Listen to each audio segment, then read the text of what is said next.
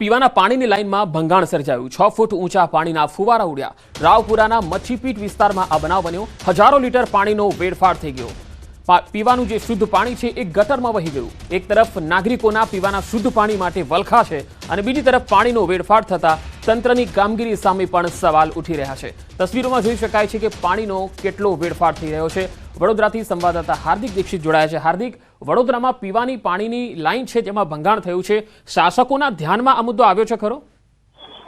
બિલકુલ થી પંકજ, થોડા દિવસ પહેલા જ આપણે એક અહેવાલ દર્શાવ્યો હતો। જે અહેવાલ હતો પાણીગેટમાં પૂર, એટલે કે પાણીગેટ વિસ્તારમાં પાણીની લાઈનમાં ભંગાણ થયું હતું, એના કારણે પૂર જેવી પરિસ્થિતિ જે છે તે સર્જાઈ હતી। ત્યારે ફરી એક વખત આજે મચ્છીપીટ વિસ્તાર છે ત્યાં પાણીની લાઈનમાં ભંગાણ થયું અને રસ્તા પર જ જાણે કોર્પોરેશને ફાઉન્ટેન શો મફતમાં નાગરિકો માટે યોજ્યો હોય તેમ 6 ફૂટ ઊંચા ફુવારા જે છે તે ઉડ્યા હતા। આ ન્યૂઝ 18 જ્યારે અહેવાલ દર્શાવ્યો હતો ત્યારે પાલિકાનું ધ્યાન દોર્યું હતું કે જે વડોદરા શહેરમાં પાણીની લાઈનો છે તે લગભગ 60 થી 70 વર્ષ જૂની છે અને આ લાઈનો જે છે અત્યારે સમય બદલાતાની સાથે સાથે લાઈનો પણ બદલવી ખૂબ જરૂરી છે, પરંતુ પાલિકાના જે સત્તાધીશો છે તેઓ આ કામગીરી કરવા માટે તૈયાર નથી અને એના કારણે જ આ રીતે જુદા જુદા વિસ્તારમાં જે પાણીની લાઈનો છે તેમાં ભંગાણ સર્જાતું હોય છે।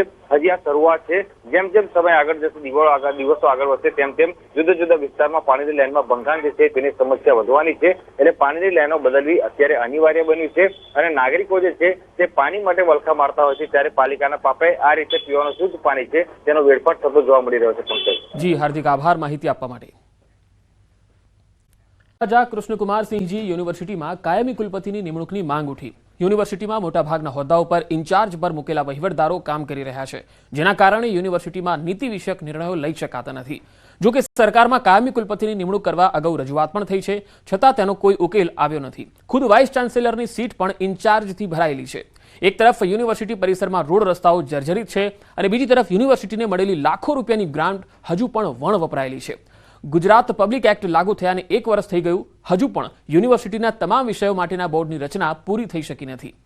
મહત્વનું છે કે વર્ષ 1978 થી 2024 સુધીમાં મહારાજા કૃષ્ણકુમારસિંહજી યુનિવર્સિટીમાં અત્યાર સુધીમાં 34 વાઇસ ચાન્સેલર નિમાયા, જેમાંથી 19 વાઇસ ચાન્સેલર ઇન્ચાર્જ પર હતા। બોરવાવ ગામના એક ખેડૂત યુવકે બનાવેલ ડ્રાયફ્રૂટ ગોળનો સ્વાદ લોકોને દાઢે વળગ્યો છે। ખાસ કરીને શિયાળામાં ગોળની માંગ ખૂબ રહે છે। ડ્રાયફ્રૂટ ગોળ બનાવનાર સંજય શિંગાળાનું કહેવું છે કે અમારા ડ્રાયફ્રૂટ ગોળમાં કાજુ, બદામની સાથે સાથે દેશી ઘી અને આયુર્વેદિક ઓસડિયા નાખવામાં આવે છે। આ ગોળનો સ્વાદ થોડો અડદિયા જેવો લાગે છે। અહીં ફક્ત ડ્રાયફ્રૂટ ગોળની સાથે સાથે સામાન્ય ગોળ તો બનાવવામાં આવે જ છે। સામાન્ય ગોળનો ભાવ 50 થી 55 રૂપિયા પ્રતિ કિલો છે, જ્યારે ડ્રાયફ્રૂટ ગોળનો ભાવ 120 રૂપિયા પ્રતિ કિલો છે, જ્યારે બજારમાં આ ગોળની કિંમત 150 થી વધુની છે। આ ગોળ ફ્રીજની બહાર 3 મહિના સારો રહે છે। આમ ગોળ વધારે મહિના સારો રહી શકે છે, પરંતુ ડ્રાયફ્રૂટ હોવાના કારણે તે ખોરું થવાની શક્યતા રહે છે।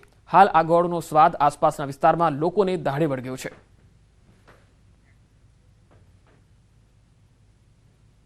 આની અંદર ગાયનું ઘી નાખીએ છીએ, સૂંઠ પાવડર, કાજુ બદામ ક્રશિંગ કરેલા નાખીએ છીએ અને એક બે જાતના ગીરના ઓહળિયા નાખીને એક સારો એવો લોકોને ટેસ્ટફુલ ગોળ અમે ઉપયોગ કર્યો છે, જે બાળકોને, વૃદ્ધો, યુવાનો બધાને ખાસ કરીને ઠંડીની સિઝનમાં પસંદ આવે છે અને ખૂબ સારો એવો રિટેલ વેપાર પણ છે। અહીંથી બોરવાઈ ગામમાં ગોળ ડ્રાયફ્રૂટ વાળો છે, બહુ સારું નામ છે ને આમ ક્વોલિટીમાં ડ્રાયફ્રૂટ નાખે છે, ગાયનું ઘી નાખે છે, ફ્રૂટ નાખે છે, બધું સારું વસ્તુ નાખે છે।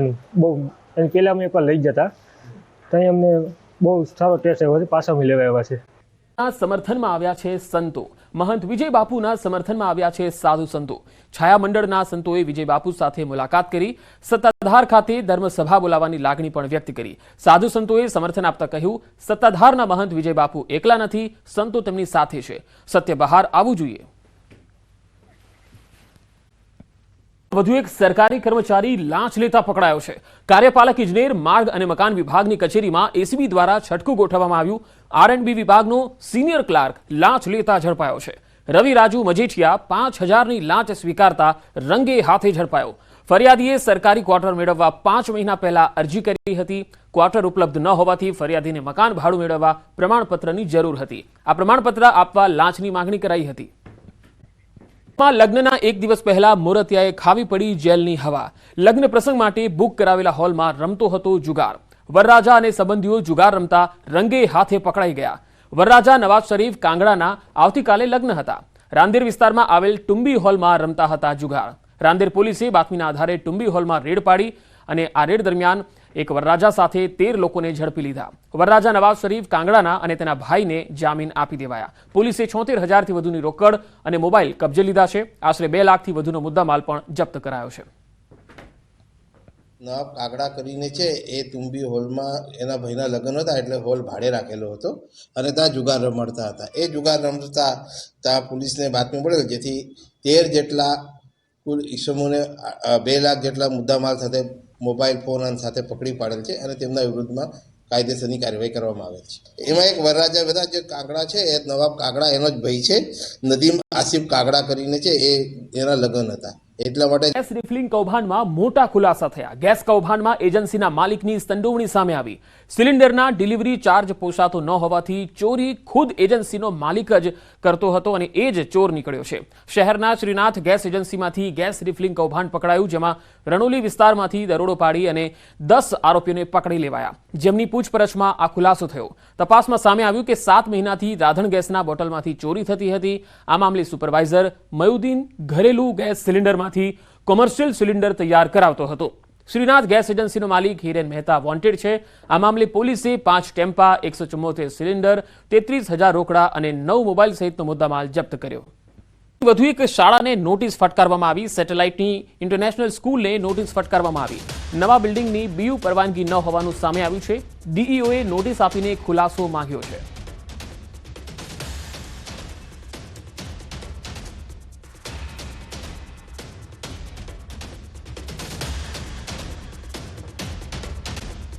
વાત સુરતની. સુરતમાં બોગસ ડોક્ટર પકડાવાનો સિલસિલો યથાવત છે. વરાછા પોલીસના 2 બોગસ ક્લિનિક પર દરોડા, 2 નકલી ડોક્ટર અને 1 કમ્પાઉન્ડરની ધરપકડ કરાઈ છે. જુગલ વિશ્વાસ અને મિલન વિશ્વાસની ધરપકડ કરાઈ છે. આ બંને સગા ભાઈઓ છે અને બોગસ ક્લિનિક ચલાવતા હતા. બંને ભાઈ ધોરણ 12 પાસ હતા અને ડોક્ટરના ક્લિનિક પરથી એલોપેથી દવાઓ પણ કબજે કરાઈ છે. તો આ તસવીરોમાં તમે જોઈ શકો છો કે બંને સગા ભાઈઓ અને 12 પાસ છે અને ડોક્ટર બની બેઠેલા આ ડોક્ટરો ક્લિનિક પણ ચલાવતા હતા, દવાઓ પણ આપતા હતા. તેમના આ ક્લિનિકમાંથી દવાઓ પણ કબજે કરવામાં આવી છે. આ નકલી ડોક્ટરો છે અને એક કમ્પાઉન્ડર, એમ કરીને કુલ 3 લોકોની ધરપકડ કરાઈ છે. ઈડી અધિકારીના આપ કનેક્શનના આરોપો પર આપના પ્રદેશ પ્રમુખ ઈસુદાન ગઢવીએ ટ્વીટ કરીને આક્ષેપ કર્યા. ભાજપ સાંસદ સાથે આરોપી અબ્દુલ સત્તારના ફોટો ટ્વીટ કરીને ગઢવીએ આ આરોપ લગાવ્યા. સાથે જ પોલીસ સાથેના આરોપીના ફોટા પણ ટ્વીટ કર્યા છે.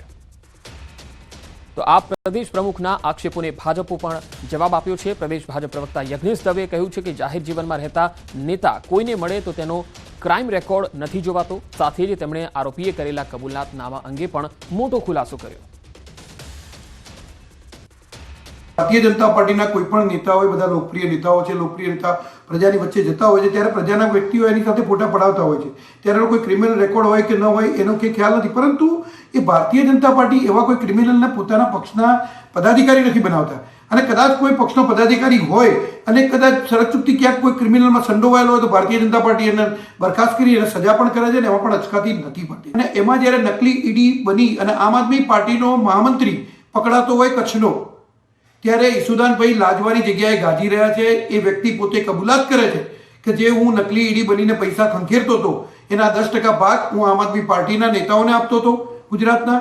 સાથે સાથે એને પોલીસ નિવેદનમાં એ પણ લખાવ્યું છે કે હું કચ્છની જે આમ આદમી પાર્ટીનું કાર્યાલય છે એ કાર્યાલયનું ભાડું અને કાર્યાલયનો તમામ ખર્ચો એ અબ્દુલ સત્તાર જે આ ગુનેગાર છે પોતે ભોગવતો હતો, એવું એને પોલીસ નિવેદનમાં પોતે જાતે કબૂલ કર્યું છે. એટલે મારે ઈસુદાનભાઈને એ પૂછવાનું કે તમારા દિલ્હીના નેતાઓ જે પ્રમાણે લીકરનો ગોટાળો કરી અને એમાં ભાગબટાઈ કરતા હતા અને ગુજરાતની હદ પર મધદરિયે કોસ્ટગાર્ડનું રેસ્ક્યુ ઓપરેશન. દહાણુના દરિયામાં માછીમારી કરી રહેલી એક બોટમાં અકસ્માતે એક ખલાસીને ઈજા થઈ હતી. ગંભીર ઈજાને કારણે તબિયત લથડતા કોસ્ટગાર્ડના જવાનો તેની મદદથી પહોંચ્યા હતા અને કોસ્ટગાર્ડની ટીમ દ્વારા 10 કિલોમીટર દરિયામાં જઈ અને ઈજાગ્રસ્ત ખલાસીને બોટમાંથી દરિયા કિનારે લાવી દહાણુની હોસ્પિટલમાં સારવાર માટે દાખલ કરાયો હતો. તો આ રેસ્ક્યુનું આખું જે રેસ્ક્યુની ટીમ જે ત્યાં પહોંચી હતી દરિયાની અંદર 10 કિલોમીટર અંદર સુધી ગઈ હતી. વધુ માહિતી સાથે સંવાદદાતા ભરતસિંહ વાઢેર જોડાયા છે. ભરત, કઈ રીતે કોસ્ટગાર્ડે આખું આ રેસ્ક્યુ ઓપરેશન હાથ ધર્યું?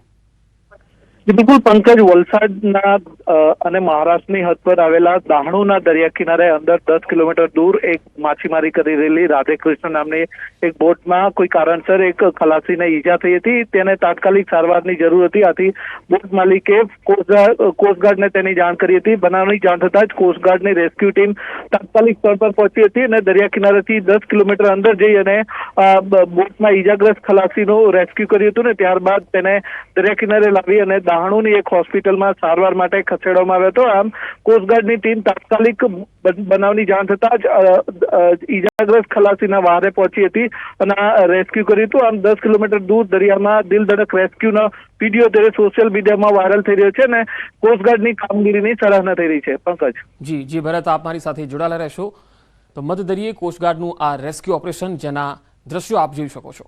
આ ફેરી સર્વિસમાંથી દરિયામાં પડેલ યુવકનો જે મામલો હતો, યુવક વેશ પલટો કરી અને ફરી ઘોઘા શિપમાં આવ્યો. શંકાસ્પદ હિલચાલને લઈને એસઓજીની ટીમ હવે તપાસ કરી રહી છે. અતુલ કુમાર ચોકસીની તપાસ કરવામાં આવી છે. મુંડન અને ક્લીન દાઢી કરાવી અને શિપમાં ફરી આવ્યો. થોડા સમય પહેલા ફેરીમાંથી દરિયામાં પડ્યો હતો. દરિયામાં પડેલા યુવકને રેસ્ક્યુ કરી અને બચાવાયો હતો. યુવકની હિલચાલને લઈને હવે સવાલ ઉઠી રહ્યા છે. તો ફેરી સર્વિસમાંથી દરિયામાં પડેલ યુવકનો જે આ મામલો છે, એસઓજીની ટીમ હવે તપાસ કરી રહી છે, કારણ કે આ યુવકની શંકાસ્પદ હિલચાલ દેખાઈ રહી છે. અતુલ કુમાર ચોકસેની હવે તપાસ થઈ રહી છે, કારણ કે મુંડન અને ક્લીન દાઢી તેણે કરાવી અને પછી તે આ શિપમાં ફરી આવ્યો. થોડા સમય પહેલા ફેરીમાંથી દરિયામાંથી પડ્યો હતો. વધુ માહિતી સાથે ભાવનગરથી સંવાદદાતા નીતિન ગોહિલ જોડાયા છે. નીતિન, આ યુવકની શંકાસ્પદ હિલચાલને લઈને હાલ શું અપડેટ છે? એસઓજીની ટીમે કોઈ ફોડ પાડ્યો છે?